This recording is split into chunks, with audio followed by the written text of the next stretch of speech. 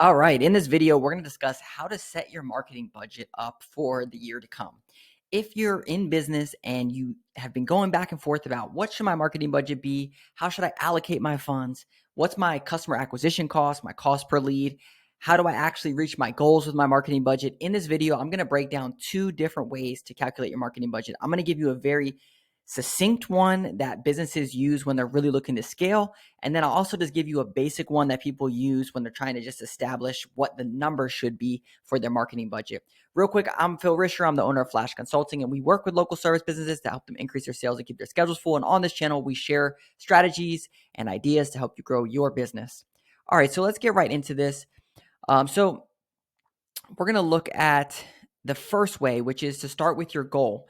And this is a very popular one for companies that are really looking to grow their business and they're not scared to spend money. They just don't know how much to spend or how to calculate their numbers. So in this example, let's say that you want to hit $5 million in revenue and your average ticket is $1,000. And you can plug in a lot of these numbers. Most of the times when we talk with businesses, they don't know their average ticket, but you can get the gist of it, whether it's 1,000, 2,000, 500, 200, whatever. And then you can figure out, okay, if I do this many jobs at this price point, then it's going to help me reach this goal. So, if in this scenario, if you did 5,000 jobs at $1,000 each, you're going to hit $5 million. It's just math. Then you can back up and say, okay, well, if I need to do 5,000 jobs, how many sales opportunities do I need to do? If you're closing at around 30%, then you know that you need 15,000 sales opportunities to hit $5,000 jobs completed.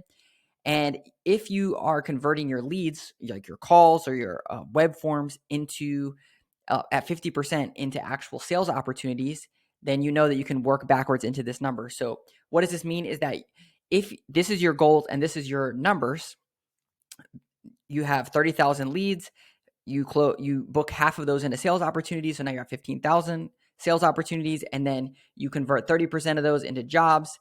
At this price point, this is what's going to be. So then you can say, okay, well, with these numbers, then I'm going to need $2,500 leads per month.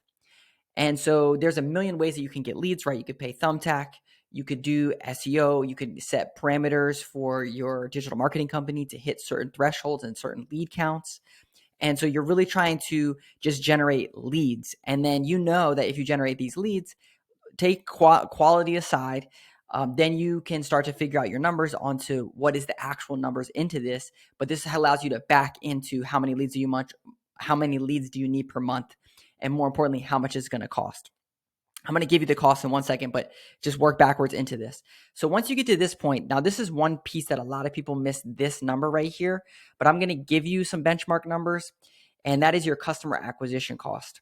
And so what you can look at to figure this number out is how much money did you spend on advertising last month or last year? And then how many new customers came into your business? And you can figure out your customer acquisition cost like that. So you could say I spent $10,000 last year and I generated 100 customers. So that was $10 a lead or whatever the numbers are. And you can figure out, okay, so I need to spend $100 for a new customer. So that tells me that if I want 5,000 new customers, I have to spend X amount of dollars.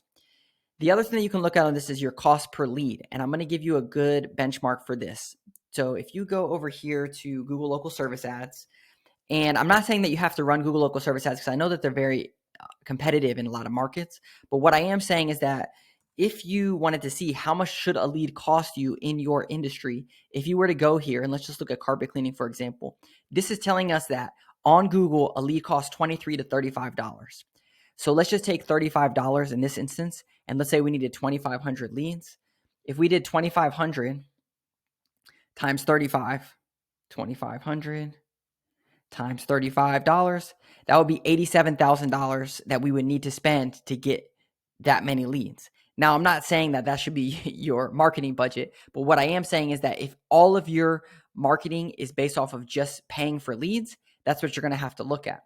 Now, one thing on this, these numbers, I just picked these numbers. A lot of businesses, they're going to be tighter than this. They're going to be better than this. So for example, lead to sales opportunity, it should be a little better than 50%. What we've seen is that it should be around like 60, 70% into this number. So then you won't need as many leads, right? Same thing with your sales opportunity to your job completion or your jobs complete. this number should really be around 40 or 50%. So this number can be tighter. So let's just do this math together. So you need 5,000 jobs. Let's say that you actually convert half of the opportunities into sales. And let's say that you typically convert these better than half. So let's say that you do around 15,000.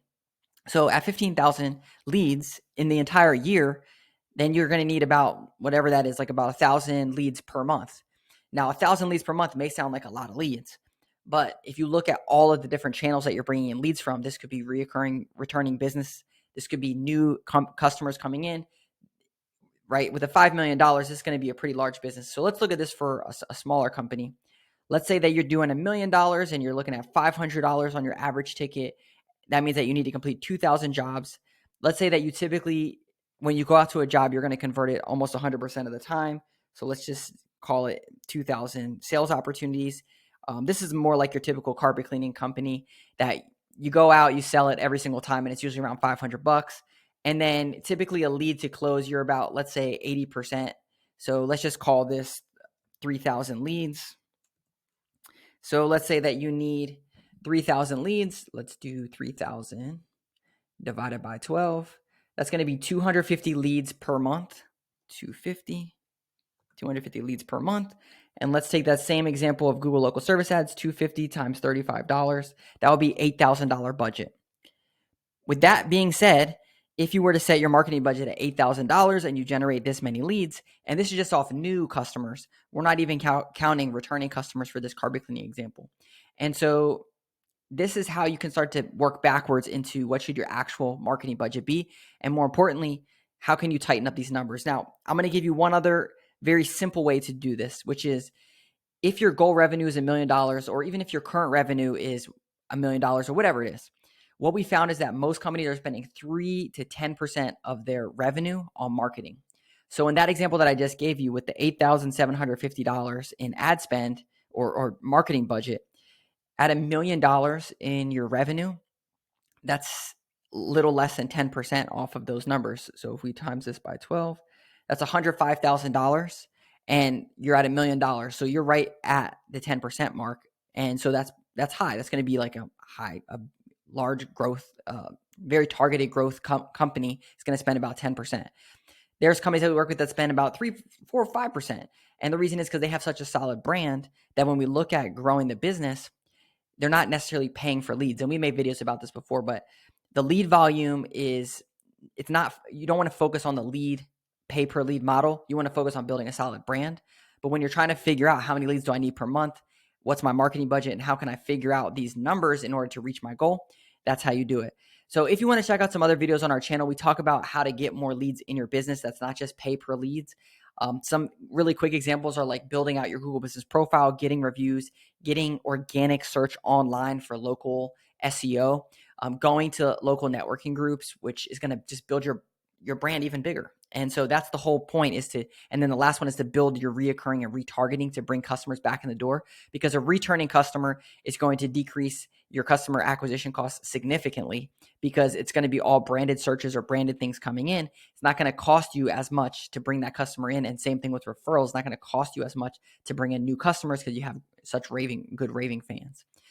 So if you have a question about your marketing budget, or maybe you have some ideas about what you're currently spending on, drop a comment below. Or if you have other ideas for videos that you're interested in that maybe piqued your interest off of this video, definitely drop a comment below, and be sure to hit like and subscribe, and we'll see you in the next video.